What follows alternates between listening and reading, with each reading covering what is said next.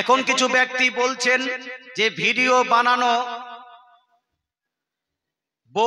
বানানোওয়ালার বউ তালাক হয়ে যাবে, সেই ব্যক্তির প্রতি কি ফতোয়া লাগবে?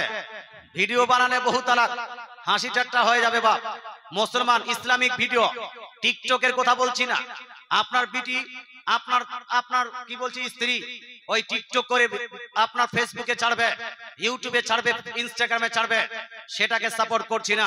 বরং ইসলামিক ভিডিও যেটাকে বলা হয় জালসাবাজের ভিডিও, গজলের ভিডিও, জীবনী ভিডিও, ইসলামিক ওয়াজ মাহফিলের ভিডিও করে আপনি যদি ইউটিউবে ছাড়েন, এটা জায়েজ হবে না? হবে না? ভিডিও করা, ভিডিও দেখা জায়েজ হবে না? হবে না? এই প্রসঙ্গে যদি বিস্তারিত জানতে চান, আমাদের ইসলামিক স্কলার যারা আছেন, গবেষক যারা স্কলার আছেন, বিশেষ করে আহলে সুন্নাতুল জামাতের এই গবেষক স্কলারদের মধ্যে ৩-৪ প্রকারের আপনার উলামায়ে কেরাম পাওয়া যায়। মুসলমান কিছু উলামায়ে কেরাম, বিশেষ করে হুজুর তাজুস শরিয়া আলী রহমাতুল ইসমান এবং অন্যান্য উনার অনেকগুলো আপনার উলামায়ে কেরাম বলেছেন ইসলামিক ভিডিও করা যাবে না। ইসলামিক ভিডিও শুধু করা নয়, ইসলামিক ভিডিও দেখাও যাবে না। করাও নিষেধ আর দেখাও নিষেধ। করাও হারাম, দেখাও না জায়েজ, এটা টোটালি নিষিদ্ধ। কিন্তু অন্যান্য উলামায়ে কেরাম, অন্যান্য মুহাক্কিকগণ, যেমন আপনার আশরাফিয়ার মুফতি নিজামউদ্দিন সাহেব, ইনি গবেষণা করে আপনার ফাকিহুন নাফস, ইন্ডিয়া শুধু নয়, এশিয়া মহাদেশের সবথেকে বড় মুনাজির, এশিয়া মহাদেশের সবথেকে বড় মুনাজির হযরত ফাকিহুন নাফস মুফতি মতিউর রহমান মুস্তার রেজভী মাদ্দাসাল্লাহুল আলী, ইনি বলছেন যে না, ইসলামিক ভিডিও জায়েজ আছে। তারপর হুজুর শাইখুল ইসলাম আল মুসলিমিন হুজুর সাইয়্যিদ মাদানী মিয়া, উনি বলছেন ইসলামিক ভিডিও করা এবং দেখা এটা জায়েজ আছে। কথা বোঝা গেল? তাহলে বড় বড় যারা স্কলার, ইসলামিক যারা বড় বড় স্কলার, আমাদের মাথার তাজ, আমাদের আকাবির, এই আকাবিরদের মধ্যে দুই রকম মত পাওয়া যায়। কিছু বলেছেন না জায়েজ, কিছু বলেছেন না জায়েজ।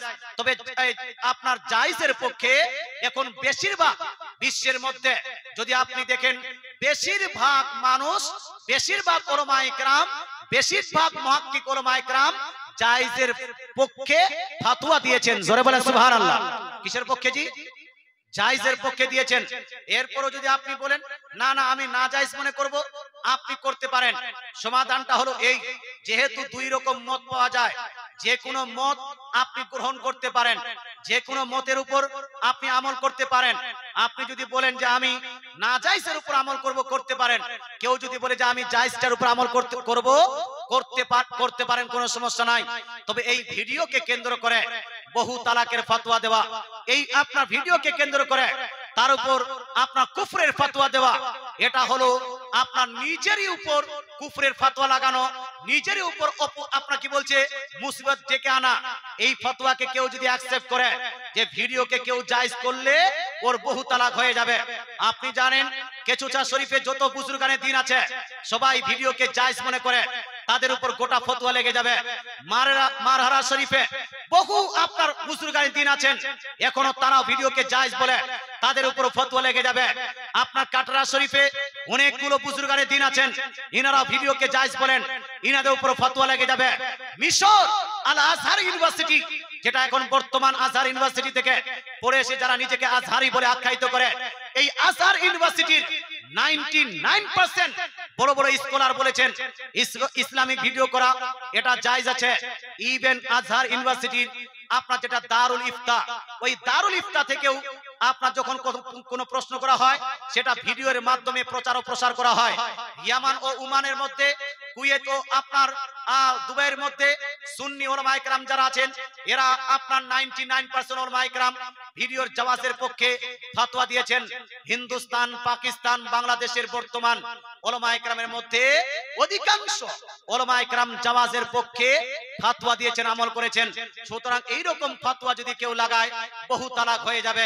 দেখবেন 80-90% সুন্নি আলিম উলামাদের বহু তালাক হয়ে গেছে। এটাকে যদি অ্যাকসেপ্ট করা যায়। এই জন্য ভাই আপনাদের বলতে চাই, খবরদার, হুঁশিয়ার। যদি কোনো ব্যক্তি বলে যে আমি এখন বর্তমান ভিডিও বানাবো না বা ভিডিওকে নাজায়েজ মনে করি, সেটা আপনার ব্যক্তিগত ব্যাপার, আপনি ওটার উপর থাকেন, কোনো সমস্যা নাই। কিন্তু ইসলামিক ভিডিও করে যে এই যে আপনার ইউটিউবাররা ইউটিউবে দিচ্ছে, এটা একটা ভালো কাজ। ভালো কাজ কেন? আজ থেকে 10-15 বছর আগে আপনার ওই ইউটিউব ফেসবুকের মধ্যে 15-20 বছর 10-15 বছর আগে ইউটিউব ফেসবুকের মধ্যে সুন্নিদের ওয়াজ পাওয়া যেত না। এই জন্য আমাদের পশ্চিম বাংলার বুকে আপনার বেশিরভাগ জায়গাতে ওয়াহাবি আস্তে আস্তে প্রচার হয়েছে। হয়েছে কি হয়নি? যারা ওয়াহাবি প্রচার হয়েছে প্রায় প্রত্যেকটা গ্রামে ওয়াহাবি হতে চলেছে, এরা বেশিরভাগ এই ইউটিউব দেখেই হয়েছে, হয় না? ইউটিউব দেখেই হয়েছে। মুসলমান ইউটিউব দেখছে, আপনার মাস্টারের কথা, ডাক্তারের কথা, আপনার নায়ক খলনায়কের কথা শুনে আপনার দেখবে হঠাৎ করে ওই নাভির নিচে হাত বাঁধা থেকে হঠাৎ করে বুকের উপর হাত বাঁধায় চলে এসেছে, রাফায়েদান করতে শুরু করেছে মুসলমান। এই জন্য আমাদের সুন্নিদের ওয়াজ ইউটিউব এবং ফেসবুকে থাকা দরকার আছে কি নাই? আছে। এই জন্য আমরা বলি, যারা হারাম মনে করেন, নাজায়েজ মনে করেন, তারা করবে না। কিন্তু যারা জায়েজ মনে করেছেন বা জায়েজের ফতোয়ার উপর আমল করতে চান, তারা ভিডিও দিবে। কারণ আজকেও যদি আমরা এই ইউটিউবে আমাদের ওয়াজ না দিই, তাহলে ইউটিউবে একটাও সুন্নিদের ওয়াজ আর পাওয়া যাবে না।